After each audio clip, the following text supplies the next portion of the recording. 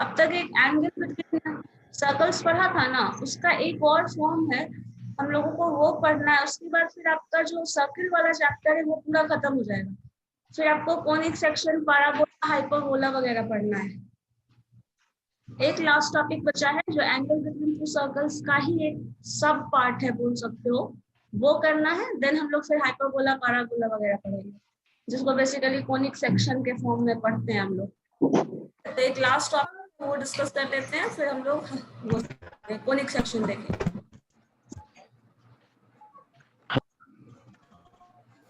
चलिए पेज में मैम बोलिए।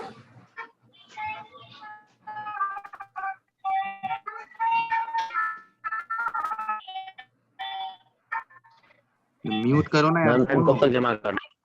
शाम ही कर देते हैं। चलो देखो, एंगल बिटवीन टू सर्कल्स हम लोगों को पढ़ना है, और एंगल बिटवीन टू सर्कल्स हम लोगों ने पढ़ा था, उसी फॉर्म का इस्तेमाल करेंगे यहाँ पे। देखिए डिफाइन कर रहा है इस स्टेटमेंट को कैसे। थीटा अगर एंगल बिटवीन टू सर्कल्स है, जिसका एक इक्वेशन ऑफ सर्कल हमारा है x square plus y square plus 2gx plus 2fy plus c is equal to 0, और इसको आप चाहें तो directly s is equal to 0 भी लिख सकते हैं। s is equivalent to this equation and this is equal to 0. Similarly, s dash एक इक्वेशन है जिसका value x square plus y square 2g dash x 2f dash y plus c dash is equal to 0 है। Then cos theta जो define कर रहा है, that is क्या, c plus c dash minus 2gg dash plus ff dash divided by 2 under root g square plus F square minus c into 2g dash square plus F dash square minus C dash. ये हमारा है, ये prove करना है, ये एक relation है। और हम लोगों ने इस रिलेशन को पढ़ा भी है, बट दूसरे फॉर्म में पढ़ा है। देखो कैसे, मान लिया एक सर्कल, जो हमारा ये सर्कल है फर्स्ट एस, उसका सेंटर C1 है, और दूसरा जो एस डैश हम ले रहे हैं सर्कल, उसका सेंटर जो है वो C2 है। Then C1 and C2 be the center of two circles. Obviously कुछ सेंटर है तो कुछ रेडियस भी होगा, हम लोग इमेजिनरी और पॉइंट ऑब्जेक्ट नहीं ले रहे हैं। सो R1 and R2 are the radius of that circle, जिसका equation s is equal to 0 and s dash is equal to 0 है। Then distance between these two circles, first circle आपका C1 था, दूसरा circle C2 है, उन दोनों circles के centres का जो डिस्टेंस है दैट इज D। ठीक है, ये हमारा डिस्टेंस बिटवीन टू सर्कल्स है। अब देखो, ये सर्कल का इक्वेशन आपको पता है, तो आप ये भी जानते हैं कि इन सर्कल के इक्वेशन से सेंटर कैसे निकाला जाता है। तो फर्स्ट इक्वेशन अगर हम ले तो इसका सेंटर क्या होगा, minus g minus f, because हम लोगों को पता है सर्कल का इक्वेशन होता है h is equal to -1/2 into coefficient of x, और उसी तरह कोएफिशिएंट ऑफ y निकालेंगे तो वो सर्कल का y कोऑर्डिनेट मिल जाएगा। तो इस तरह C1 जो वैल्यू मिला है that is -g minus F, C2 जो सेंटर है वो -g डैश और -f डैश है, क्योंकि हमारा वो g डैश और f डैश के टर्म में दिया हुआ था। सो ये भी आ गया। अब देखो, इन दोनों सर्कल के बीच में अगर आपको पता है सर्कल का इक्वेशन अगर आपके पास गिवन हो, तो किसी भी सर्कल का रेडियस हम निकाल सकते हैं, और वो रेडियस आपका हो जाएगा फर्स्ट सर्कल के लिए g1 g square plus F square minus C. अगर g1 g2 लेते हैं तो g1 g2 के टर्म में भी लिख सकते हैं, यहाँ g और g डैश लिया है इसलिए g के टर्म में, और g डैश के टर्म में दोनों सर्कल का रेडियस हम लोगों ने लिख दिया। आपको पता है cos थीटा का फॉर्मूला, इस तरह से हम लोगों को पता है कि, याद है हम लोगों ने एक फॉर्मूला पढ़ा था जो कि ये था। हाँ संभव बोलिए। Yes ma'am, D square minus R1 square plus minus R2 square by 2R1 into हाँ, तो हम लोगों ने पढ़ा था d square distance between two circles है minus R1 square minus R2 square. ठीक है, ये हमारा था this term divided by 2 R1 and R2। तो एग्जैक्टली यही टर्म हम लोगों को उस एक्सप्रेशन में लिखना है। तो d क्या है, distance between the centres of two circle. तो उसी चीज को डिस्टेंस बिटवीन टू सर्कल का सेंटर, तो g पहला टर्म आपका x कोऑर्डिनेट है वो g और g डैश है, तो g माइनस g डैश का होल स्क्वायर हो जाएगा plus f minus f dash का होल स्क्वायर हो जाएगा माइनस r1 स्क्वायर। सो r1 ये है, तो इस r1 का स्क्वायर क्या हो जाएगा, ये टर्म R2 स्क्वायर। सो R2 हमारा ये है, तो R2 का स्क्वायर ये हो जाएगा डिवाइडेड बाई 2 R1 R2। सो ये वैल्यूज हम लोग यहाँ रख दे रहे हैं। अब इसी को सिंप्लीफाई करना है। जब इसको सिंप्लीफाई करोगे तो इस टर्म को ब्रेक करोगे A square plus B square minus 2ab पे। इसी तरह इस टर्म को ब्रेक करोगे, हाँ शाकिब बोलिए।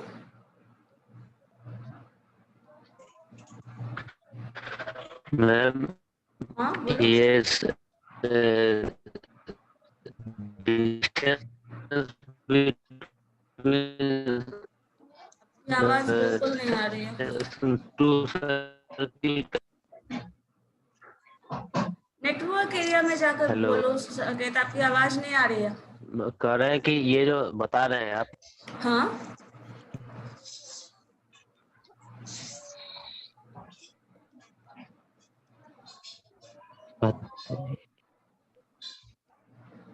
बोलो, क्या बोल रहे हो।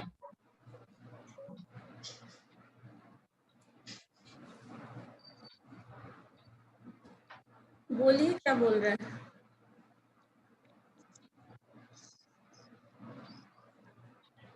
ये सर्किल का ही इक्वेशन हम लोग एंगल के फॉर्म में बोल रहे हैं। इक्वेशन का अलग इंफॉर्मेशन अलग फॉर्म में दिया रहेगा। कभी कभी फॉरवर्ड इक्वेशन दिया रहता है डिस्टेंस, तो आप ऐसे निकाल लेते हैं। अगर डिस्टेंस नहीं दिया होगा, सर्किल का इक्वेशन दिया होगा, तो कैसे कैलकुलेट करोगे, ये वो बता रहे हैं।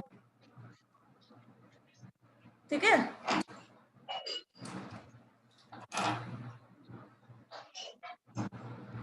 तो यहाँ पे इसको ब्रेक करना है। A square plus B square, A square plus B square minus 2ab पे इसको ब्रेक कर लो। A square plus B square minus 2ab पे इसको ब्रेक कर लो। इसी तरह ये टर्म आपका ब्रेक ऑलरेडी है, इसको माइनस से मल्टीप्लाई करके जो टर्म आएगा वो लिख लो। एग्जैक्टली इस तरह इसको यहाँ लिख लीजिए। ये टर्म ऐसे अगर हम सिंप्लीफाई करेंगे, सॉल्व करेंगे, तो ये इस तरह का एक्सप्रेशन आ जाएगा। जैसे पहले आ गया जी है हमारा G square plus G dash square minus 2 dash. इसी तरह F square plus F dash square minus F dash minus G square minus F square plus C square. यहाँ माइनस साइन है तो ये माइनस माइनस मल्टीप्लाई हो जाएगा सब में। इसी तरह इस टर्म में मल्टीप्लाई कर दोगे।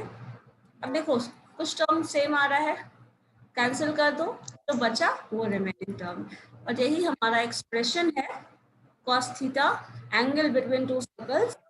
जब हमारे पास एक्सप्रेशन जो है, जो क्वेश्चन दिया होगा, वो इस फॉर्म में इक्वेशन के फॉर्म में दिया होगा। अगर आपको इक्वेशन दिया हुआ है सर्कल का, तो डायरेक्टली इस इक्वेशन पे पुट करके भी आप एंगल बिटवीन टू सर्कल्स निकाल सकते हैं।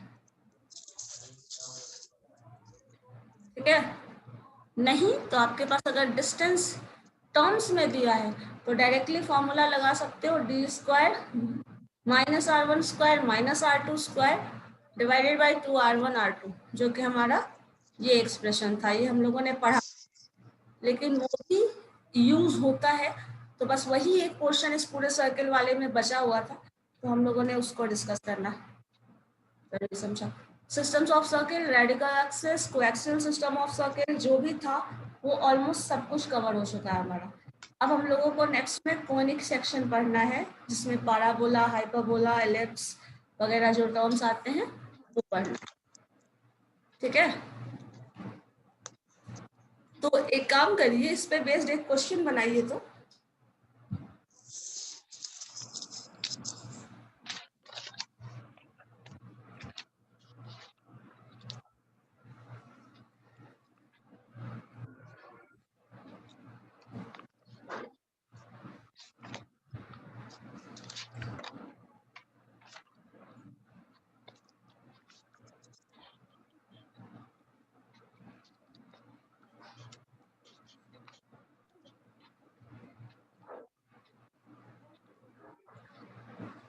चलो एक क्वेश्चन लिखो तो, find the equation of radical axis, find the equation of radical axis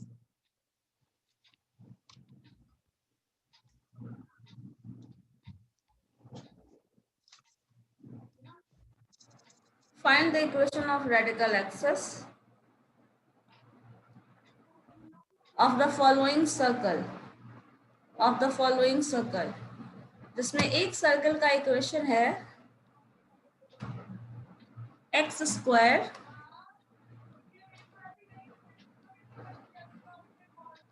plus y square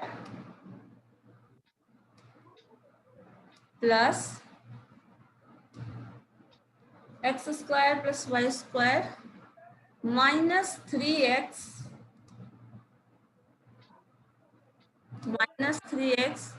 minus 4y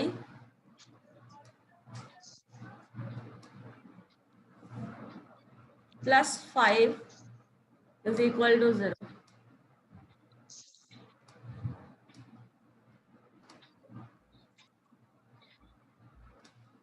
पहला सर्किल ये है, दूसरा सर्किल है 3x square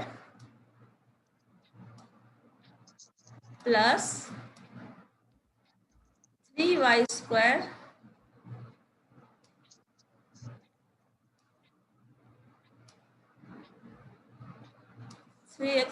plus 3y square minus 7x plus 8y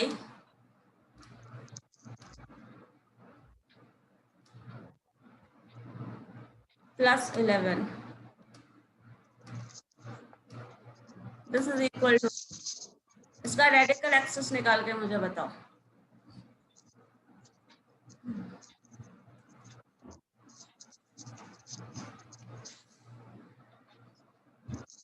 radical axis का formula आपको पता है ना?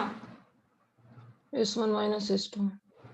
S1 माइनस S2 करके देखो, बट S1 माइनस S2 करने के पहले आपको ये इसको यूनिट में करना पड़ेगा, 3 से डिवाइड करना पड़ेगा। हाँ 3 से डिवाइड, बताइए तो क्या आ रहा है? वेट में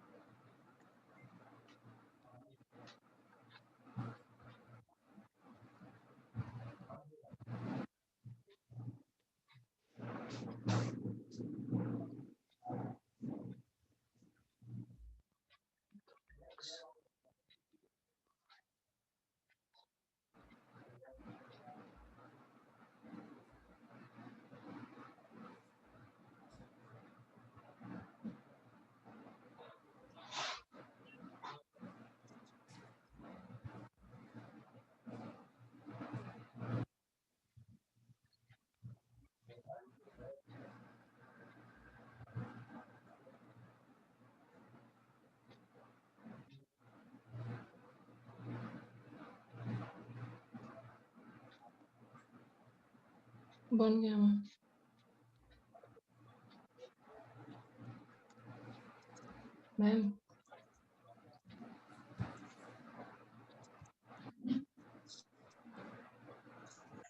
मैम बोलिए ना। -2y3x माइनस 2y आ रहा है। Sorry ma'am, -2y3 into x, x का कोफिशिएंट आ रहा है। 2/3 आ रहा है, नहीं 2/3 तो नहीं आना चाहिए। हाँ शुभम बोलिए। 3 से मत ठीक है। हाँ मैम, मेरा x square minus y square minus 5x minus 6y minus 10 आया है। x स्क्वायर y स्क्वायर कैसे बचा रह गया तुम्हारा? अब लिखिए x स्क्वायर की टर्म, एक मिनट, -2 x स्क्वायर नहीं लाना है ना। x स्क्वायर का कोएफिशिएंट 3 है ना, तो इसको 3 में सबसे डिवाइड कर दो। x स्क्वायर का टर्म को कैंसिल कर देना है। x स्क्वायर का टर्म है तो जो इक्वेशन मिलेगा, that equation is equation of circle. हम लोगों को equation of a straight line चाहिए। तो इसको 3 मैम आप ओके नोट ओके करिए तो फिर बनाओ। ओके ओके हाँ बोलिए। -2 into x -2 -2x into x, yes ma'am 2x आ रहा है। अच्छा ठीक, एक काम करो ना, जो आप लाए हो ना पहले -2/3 का, हाँ उसको सिंप्लीफाई कर लो। यस मैम कर दिए। तो तो कितना आ रहा है? -2x -20y + 4 = 0। हाँ तो 2 कॉमन ले लो, ओके आ जाएगा ना। 2 या यस मैम। कॉमन ले लो। हम -2 में कॉमन ले लेते हैं, हाँ प्लस में हाँ आ ठीक है, जाएगा। -2 कॉमन लेके देखिए। x प्लस हाँ बोलिए सौरभ। Ma'am x + 10y - 4। हाँ ठीक है। मैम हाँ मैम बोलिए बोलिए, सुन रहे मैम हैं। इसका आंसर x -2y -2 = 0 सही है मैम। x minus 2y -2 = 0। नहीं, x -10y हो जाएगा, सॉरी x + 10y - 2। 10y - 4 = 0। कुछ नहीं करना है, इस इक्वेशन में 3 से डिवाइड कर देना है और इसमें से इसको घटा देना है, इतना ही करना है आपको। और जो टर्म आ रहा है उसको सिंप्लीफाई करके लिख दो, बस इतना ही करना है। मैम आपको हम परसों व्हाट्सएप पे सेंड कर दिए थे, जीमेल पे जरूरी है सेंड करना असाइनमेंट। मेल पे सेंड कर देते तो एक जगह कलेक्शन रहता ना, ऐसे व्हाट्सएप सारे लोग अगर मैसेज करेंगे ना तो सारा मैसेज मेरे पास रह नहीं पाएगा, रिकॉर्ड तो एक जगह नहीं मेल रहेगा। आईडी दे दीजिए मैम, नहीं पता। ठीक है, वो हम ग्रुप में मैसेज कर देंगे, किया हुआ है शायद आपने।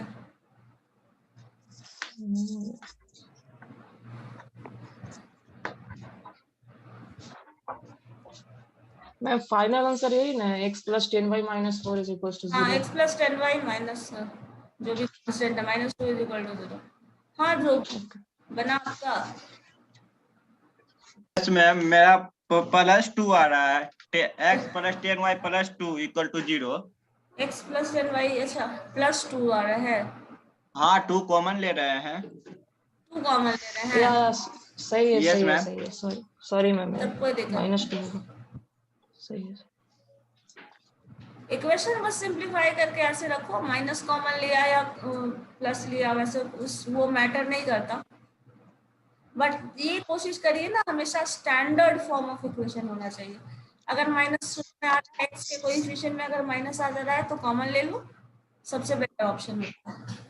अगर मान लो इसी क्वेश्चन को ऐसे पूछे, find the equation of common chord of the following equation, मान लो क्वेश्चन पूछा जा रहा है वो है find the equation for common chord, आपको मेंशन नहीं किया है रेडिकल एक्सेस, तब क्या करेंगे, तब कैसे निकालेंगे?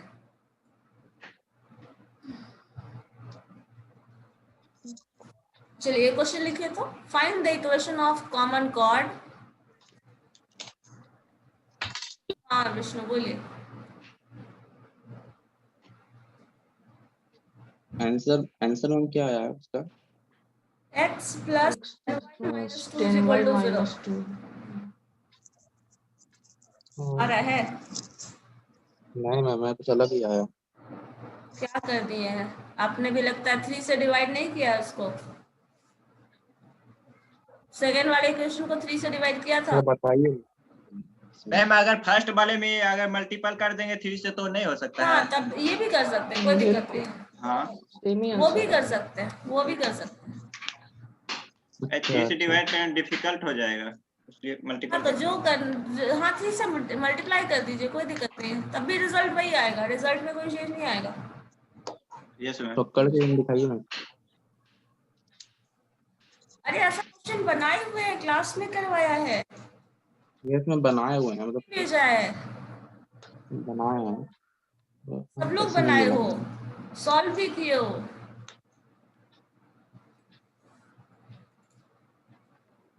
लिखो question, find the equation of common chord for the following equation, for the following pair of circle. Repeat again ma'am. Find the equation of the common chord. Find the equation of the common chord of the pair of circle of the क्या बोले, common chord उसके बाद of the following pair of circle, of the following pair of circle.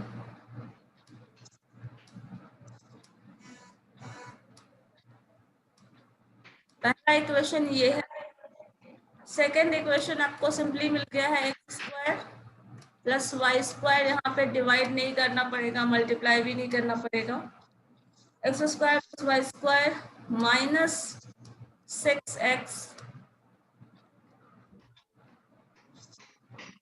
not 6x minus 5x minus 6y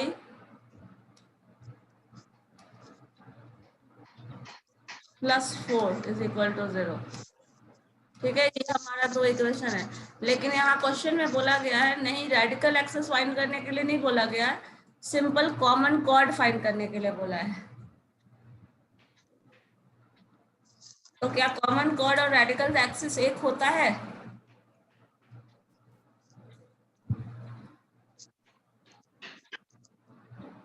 common chord, common chord और radical axis को क्या एक बोला जा सकता है? नो मैम, अच्छा कॉमन कॉर्ड जो कॉमन आएगा उसी को ना कॉमन कॉर्ड बोलते हैं जी, कॉमन कॉर्ड तो उसी को बोलते हैं जो कॉमन होगा दोनों सर्किल में। तो क्या दोनों सर्किल में कॉमन कॉर्ड कभी रेडिकल एक्सिस नहीं बना है? ऐसा हुआ है या नहीं? Yes ma'am. एग्जैक्टली यही बात है। तो अगर क्वेश्चन बोला जाए कॉमन कॉर्ड निकालने या रेडिकल एक्सिस निकालने, देन सॉल्यूशन सेम होगा। लेकिन कहीं कॉमन कॉर्ड निकालने बोलना है तो बोलना कि मैडम ने तो ये बताया ही नहीं था, ये तो हम तो इसमें भी S1 माइनस S2 हो जाएगा मैम। इसमें भी S1 माइनस S2 ही हो जाएगा ना? हाँ, इसमें भी सेम ही हो जाएगा। ठीक है, तो कॉमन कॉर्ड पूछे तब भी रेडिकल एक्सिस वही होगा, कॉमन टेंजेंट पूछेगा तब भी रेडिकल एक्सिस होगा। क्योंकि देखिए ये भी हम लोगों ने एक प्रॉपर्टी में लास्ट डे डिस्कस किया था, अगर दो सर्कल है वो इंटरसेक्ट नहीं करता एक दूसरे को, इंटरसेक्टिंग सर्कल्स नहीं है, तो रेडिकल एक्सिस है वो टेंजेंट होता है। ये भी पढ़ा था ना, अगर इंटरसेक्ट करता कॉमन कॉर्ड उसका रेडिकल एक्सिस होता है, अगर इंटरसेक्ट नहीं करता देन कॉमन टेंजेंट उसका रेडिकल एक्सिस होता है। तो अगर वर्ड्स को स्विच किया जाए तो आप ये क्लियर रखिएगा माइंड में कि क्वेश्चन पूछ क्या है। इन बोथ द केसेस वो पूछ रहा है रेडिकल एक्सिस ही। अगर दो सर्किल का इक्वेशन है, आपसे पूछा जाए फाइंड कॉमन टेंजेंट, तब क्या निकालेंगे? इसी फॉर्मूला से S1 माइनस S2 निकालेंगे and that is radical axis. समझ गए ये बात? ठीक है, कॉमन कॉर्ड पूछेगा तब भी वही निकालोगे, रेडिकल एक्सिस पूछेगा तब भी वही निकालोगे, और कॉमन टेंजेंट पूछेगा तब भी वही निकालोगे। हाँ विष्णु बोलिए, क्या हुआ? तीनों मतलब सेम ही होता है ना? यहाँ सेम होगा, क्योंकि अगर सर्किल ऐसे टच कर रहा है, in that case radical axis is common tangent. Circle intersect कर रहा है then radical axis is chord. और अगर कुछ भी नहीं है तो सिंपली रेडिकल एक्सिस निकालने बोल रहा है, अभी आप वैसे निकाल सकते हैं। इन दैट केस ऐसा भी हो सकता है कि ये रेडिकल एक्सिस है। सो ये तीनों फिगर देखिएगा, रेडिकल एक्सिस का मतलब इस फिगर के अकॉर्डिंग ये होगा, इस फिगर के अकॉर्डिंग कॉमन टेंजेंट होगा, और इस फिगर के अकॉर्डिंग कॉमन कॉर्ड होगा। तो क्वेश्चन कुछ भी पूछ सकता है, और तीन केस पूछेगा, कॉमन कॉर्ड पूछेगा, रेडिकल एक्सिस पूछेगा, या फिर कॉमन टेंजेंट पूछेगा। तीनों में निकालना है S1 minus S2 is equal to 0, equate करना है बस, यही इक्वेट करना है। ठीक है,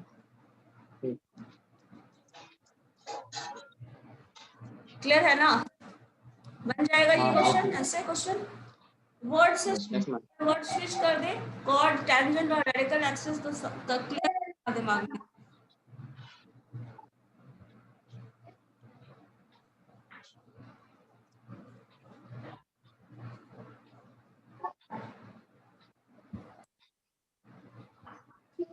हाँ सौरभ बोलिए। मैम ये वाला जो दिए हैं ये PDF सेंड कर दीजिएगा। अच्छा अभी जो बता रहे थे, यस मैम। हाँ ठीक है वो भेज देंगे। लेकिन ये जो अभी हम बता रहे हैं ये फिगर में ये आपके पास ऑलरेडी है, जो फिगर में डिफरेंस बता रहे हैं हम, ये कॉमन वाला, कॉमन टेंजेंट वाला, और ये शुरुआत के ही फिगर में था। रेडिकल एक्सिस के फिगर में देख लेना। जो क्वेश्चन बना रहे हैं वो आपको अभी ही बनाना है ना, ये आप नोट करके मत सॉल्व करके देखो। और इसके फिगर्स को दिया हुआ है, रेडिकल एक्सिस की जो प्रॉपर्टीज थी उसमें भी ये मेंशन किया हुआ था। कुछ फिगर ऐसा भी था ना आपके पास, लाइक ये यहाँ भी कॉमन टेंजेंट होता है, ये सब आपको भेजा हुआ है, बस उसको हम लोग क्वेश्चन के लाइट में डिस्कस कर रहे हैं। ठीक है, वो आपके पास मटेरियल है उसका। लिख के बताना।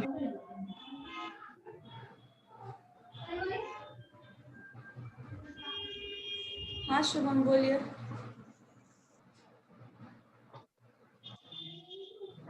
Yes, ma'am.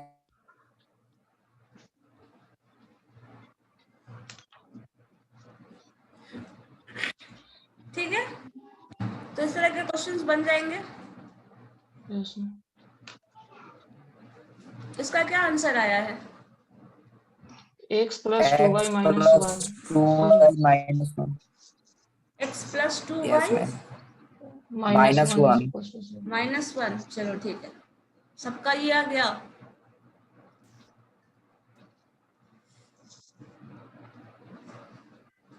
चलो इसके बाद हम लोग ना कुछ कोनिक सेक्शन की बात कर लेते हैं।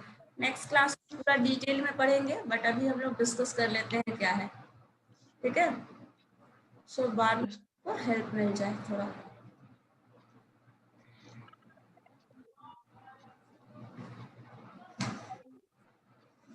देखो हम लोगों को अब इसके बाद पढ़ना है ना, वो है कोनिक। हाँ सौरभ बोलिए। जो अभी आप क्वेश्चन दी मैम, S1 माइनस S2 से घटा देंगे ना मैम? हाँ हाँ, हर केस में घटा देंगे। रेडिकल एक्सिस पूछेगा तब भी घटाएंगे, कॉमन कॉर्ड पूछेगा तब भी घटाएंगे, टेंजेंट कॉमन पूछेगा तब भी घटाएंगे। ओके। हाँ सोनू बोलिए क्या हुआ? Roll number 30।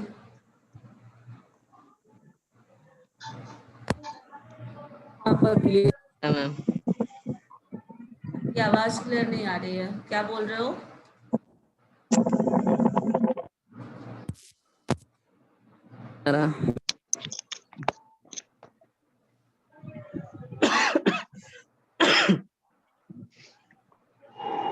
कोई प्रॉब्लम है, कुछ पूछना चाह रहे हैं? चलो देखो क्या है, अब हम लोग देखते हैं। एक टर्म इस्तेमाल होता है कोनिक सेक्शन।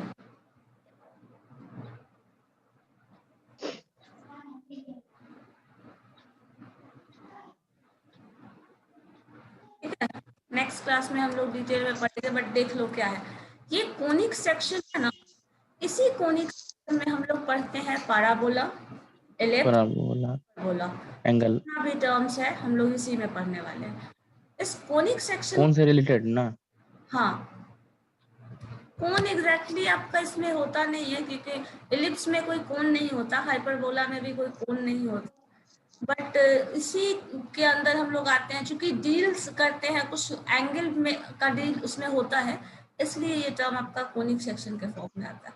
अब देखो इसी में हमारे पास जो वर्टेक्स है, ये आपका वाई एक्सिस, ये एक्स एक्सिस। यहाँ से मान लो कोई पॉइंट ये है, इस पर्टिकुलर पॉइंट की बात कर रहे हैं, और यहाँ पे मान लो हमारे पास कुछ ऐसा है, ये फोकस, और ये डिस्टेंस आप ले लो ऐसे। सपोज दिस इज P, इसका कोई पॉइंट, ये कोई भी पॉइंट है, हम लोग दिस इज XY, कोई पॉइंट है हमारा, ये पर्टिकुलर पॉइंट सपोज मान लीजिए X है, और ये पॉइंट मान लो M है। ठीक है, सो इस केस में, और ये एक्सिस है, उसी को हमेशा एक्सिस के टर्म में हम लोग डील करेंगे, इसी एक्सिस को डील करते हैं, इक्वेशन ऑफ एक्सिस। क्या होता है ये PS डिवाइडेड बाय PM। इस पॉइंट को हम लोग फोकस बोलते हैं। along the street का मतलब होता है कि उसके किनारे किनारे चलना, ठीक है, स्ट्रीट के किनारे।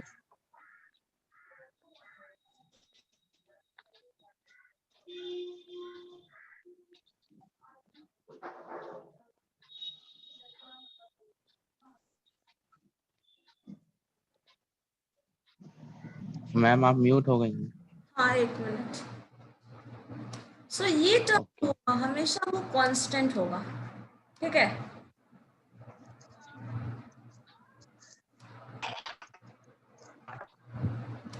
कभी भी ये जो रेशियो है, कोई भी इसमें है कि क्या किया है हम लोगों ने, देखो हमारे पास एक्स एक्सिस और का वो रहने दे रहे हैं। ये पर्टिकुलर पॉइंट जो है वो एक्स वाई है, कोई भी पॉइंट हो सकता है। कोई भी पॉइंट मीन्स कोई पर्टिकुलर पॉइंट आप ले रहे हैं और उस पॉइंट को फोकस से मैच करा रहे हैं। ये फोकस है हमारा सेंटर, ये फोकस है। और ये जो है इस टर्म को हम लोग ये जो इससे इसको वाई एक्सिस से जब कराएंगे तो ये जो रेशियो है, कभी भी किसी भी अगर ग्राफ की बात करें तो कोई भी पॉइंट आप लोगे, यहाँ पॉइंट ले लो या फिर यहाँ पॉइंट ले लो, ये पॉइंट फोकस से जो आएगा, सपोज इस पर्टिकुलर पॉइंट को ऐसे ले लेते हैं हम, ये पॉइंट ले रहे हैं, ये पॉइंट यहाँ फोकस है और इसको हम लोग इधर वाई एक्सिस पे मैच करा रहे हैं। तो ये रेशियो जो होगा PS, जैसे लोगों ने लिया PS बाई PM, ये हमेशा एक कांस्टेंट होगा। और यही कांस्टेंट का वैल्यू क्या है वो डिसाइड करता है कि वो पैराबोला बनेगा, एलिप्स बनेगा या हाइपरबोला बनेगा। तो जो कोनिक सेक्शन को हम डिफाइन करते हैं, ये हमेशा रेशियो होता है एक पर्टिकुलर पॉइंट का टू द फोकस, ठीक है। और ये जो इसको डायरेक्ट्रिक्स कहते हैं हम लोग, DIRECTRIX, डायरेक्ट्रिक्स। सो ये डायरेक्ट्रिक्स से जो रिलेशन है, मतलब इस पर्टिकुलर पॉइंट का ये रेशियो और ये रेशियो जो है वो हमेशा एक कांस्टेंट होगा। और इस कांस्टेंट के बेसिस पे हम डिसाइड करेंगे कि इसका जो ग्राफ बनने वाला है वो ग्राफ पैराबोला, हाइपरबोला या इलिप्स क्या बनने वाला है। तो इस पॉइंट को दिमाग में रखिए, ये जो पॉइंट आप लेंगे, this particular point is focus. ये जो है हमारा वो एक्सिस है, ये जो है वो डायरेक्ट्रिक्स है,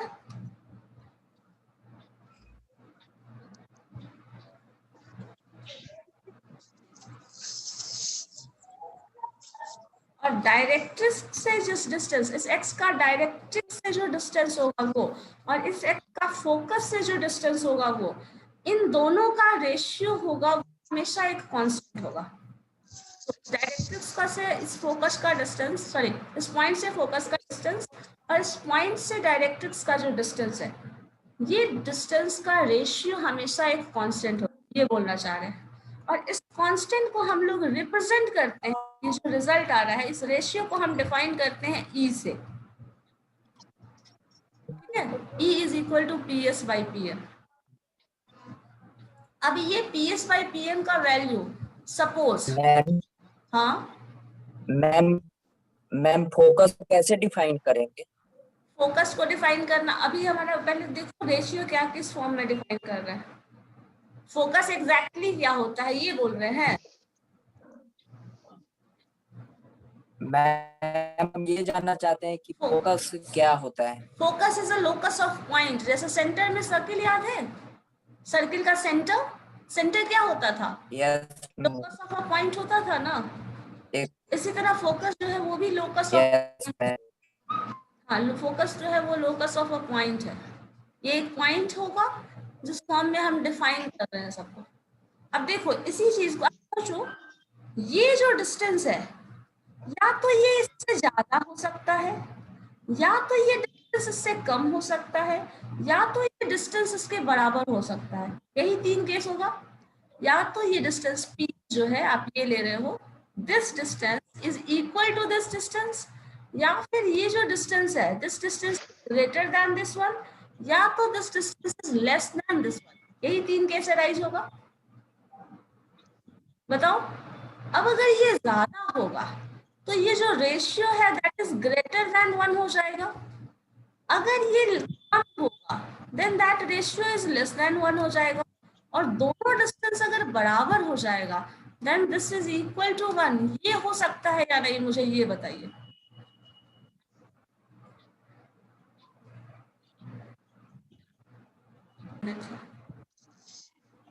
हो सकता है मैम, एक्स और वाई का वैल्यू सेम रहेगा। हाँ, जो वैल्यू रहेगा उसी पे डिपेंड करेगा। तो अगर ये इक्वल हो गया तो इक्वल टू 1, ये ग्रेटर हो गया तो दैट इज ग्रेटर देन 1, अगर ये लेस हो गया देन लेस 1। इन्हीं 3 कांस्टेंट के बेसिस पे अगर इक्वल टू 1 होता है तो ये पाराबोला होता है, अगर लेस देन 1 होगा तो ये इलिप्स होगा, और ये ग्रेटर देन 1 होगा तो ये हाइपरबोला फॉर्म करेगा। अब इसी चीज को हम लोग नेक्स्ट क्लास में पूरा डिटेल में डिस्कस करेंगे, क्या एग्जैक्टली होता है पाराबोला का, क्या कंडीशन है, ऐसा कुछ, ठीक है। बट अभी आप ये चीज देख ध्यान में कर लो, ये फिगर है, ये स्क्रीनशॉट ले लो इसका, ये चीज हमेशा दिमाग में रखो, ये ऐसे कैसे आ रहा है, कैसे डिफाइन किया गया, देन हम लोग आगे फर्दर इसका स्टडी करेंगे, ठीक है। ग्रेटर देन 1 होगा देन हाइपरबोला, लेस देन